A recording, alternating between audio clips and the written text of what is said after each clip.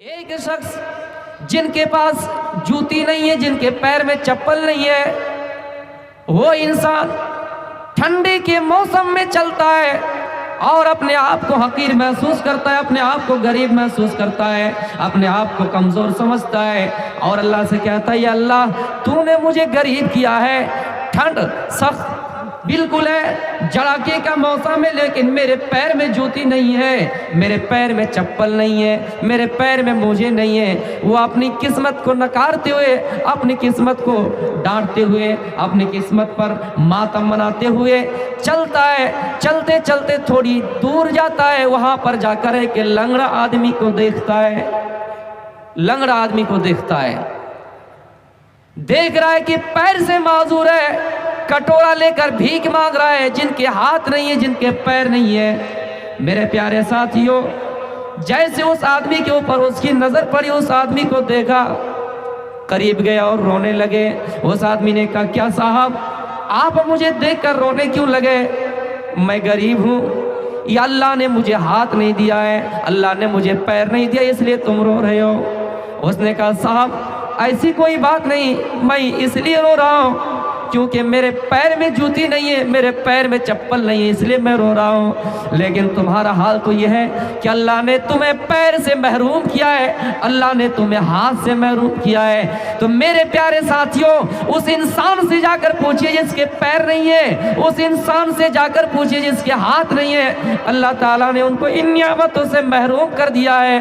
ہمارے پاس تو ہاتھ ہے، ہمارے پاس تو پیر ہے، لیکن ایک وقت کا کھانا اگر نہ ملے تو ہم اپنی قسمت پر ماتم کرتے ہیں، ہم اپنی عقل کا قصور ٹھہراتے ہیں، ہم اپنی قسمت پر یہ سمجھتے ہیں کہ ہم کمزور ہیں۔ میرے پیارے ساتھیوں، اللہ نے آپ کو بہت کچھ عطا کیا ہے۔ مسلمان غریب کہاں سے؟ جن کے پاس کلمہ طیبہ ہے، جن کے پاس لا الہ الا اللہ ہے، جن کے پاس ایشوری کلام ہے، ہر نبی کی دعوت ہے کہ لا الہ الا اللہ۔ مسلمانوں، اس کلمے کو میزان کے پلڑے میں رکھ دیے جائیں، آسمان و زمین مابین تمام چیزوں کو ایک پلڑے میں رکھ دیے جائیں، پھر بھی لا الہ الا اللہ کا پلڑا جھک جائے گا اور اس کا پلڑا ہلکا ہو جائے گا۔ میرے پیارے ساتھیوں، ایک کلمے کا اتنا وزن ہے، ہم اور آپ غریب کہاں سے ہیں؟ اس لیے اللہ کی ان نعمتوں پر غور کرو اور سوچو کہ اللہ نے ہمیں کتنی نعمتیں عطا کی ہے۔ اللہ نے ہمیں ہاتھ دیا ہے، اللہ نے ہمیں چلنے کے لیے پیر دیا ہے، اور یہ بھی کہا لوگوں ہم نے تمہیں وَحَمَلْنَاكُمْ فِي الْبَرِّ وَالْبَحْرِ، سمندر پر چلانے کے لیے راستہ بنا دیا ہے، تمہارے لیے سوار ہونے کے لیے کشتیاں بنا دی ہے، تمہارے لیے جہاز بنا دیا ہے۔ اس زمانے میں جب لوگ سفر کر کے حج کرنے کے لیے جاتے تھے تو 6 مہینہ سال بھر لگتا تھا، لیکن وہی سال بھر کا راستہ ایک مہینہ نہیں، ایک دن میں حل ہو جاتا ہے، ایک دن میں طے ہو جاتا ہے۔ یہ اللہ کی ہم پر کتنی بڑی نعمت ہے، لیکن ہم اور آپ اللہ کی ان نعمتوں پر غور نہیں کرتے، ان نعمتوں کو ٹھکرا دیتے ہیں۔ میرے پیارے ساتھیوں، وَإِن تَعُدُّوا نِعْمَةَ اللَّهِ لَا تُحْصُوهَا، ہم اور آپ اللہ کی نعمتوں کو شمار نہیں کر سکتے ہیں، ہم اور آپ اللہ کی نعمتوں کو شمار نہیں کر سکتے۔ جن کے پاس ہاتھ نہیں ہے ان سے پوچھئے، یا پھر ہاتھ ہے انگلیاں کٹ گئی، ٹرین سے کٹ گئی، جن کے پیر کٹ گئے ہیں ان سے جا کر پوچھئے۔ ہمارے پاس دو آنکھ ہے، جن کے پاس دو آنکھ نہیں ان سے جا کر پوچھے کہ تمہارا حال کیا ہے۔ میرے پیارے ساتھیوں، یہ آنکھ جو اللہ نے آپ کو نعمت کے طور پر دی ہے، اس کا بھی ہمیں صحیح استعمال کرنا ہے۔ یہ جو پیر اللہ نے چلنے کے لیے دیا ہے، ایسا نہیں کہ دوسروں کی فصلیں ہم اس پیر سے اس کو نقصان پہنچائے، اس کے فصلوں کو ہم پیر سے روند دے۔